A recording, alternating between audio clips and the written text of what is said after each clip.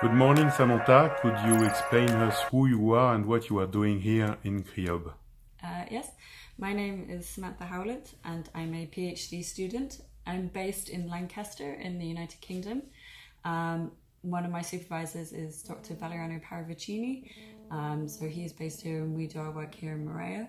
I'm part of the Reef Services teams, the project, so we're looking at how climate change is going to affect all the ecosystem services that people gain from the reefs. The focus of my research is looking at how herbivory as an ecosystem function is changes in response to large-scale disturbances. So to do that, I'm doing behavioral studies to quantify species and size-specific functions of different herbivore fish. And then I'm also looking at different bottom-up drivers behind why certain fish species tend to dominate following large-scale disturbances like wide-scale coral bleaching.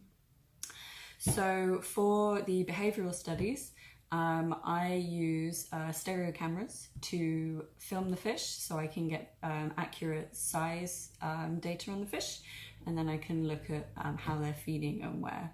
So I'm currently using VidSync because it's open access and it's free. I know there's other softwares available, but this is really easy for me to use, and I only specifically need the software to measure the fish rather than me trying to visually estimate it.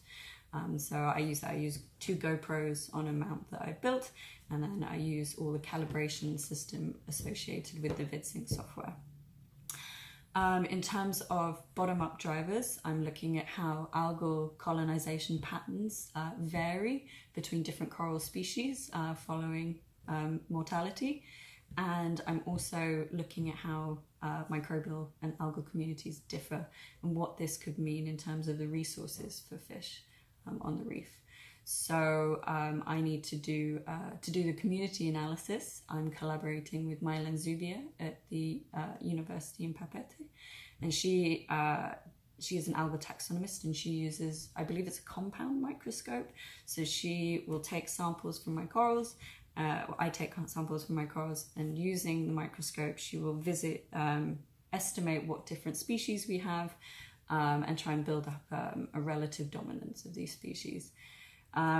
Because this technique specifically works with macroalgal species, I'm also using metabarcoding techniques as well to try and look for other species that aren't as easy to identify using a microscope. And that also allows me to track bacterial changes to the communities as well. Further on, I'm going to be looking more at like the nutritional side of fish ecology, but I'm in my first year, so this is the projects that I'm working on right now. Thank you very much, Samantha. Thank you.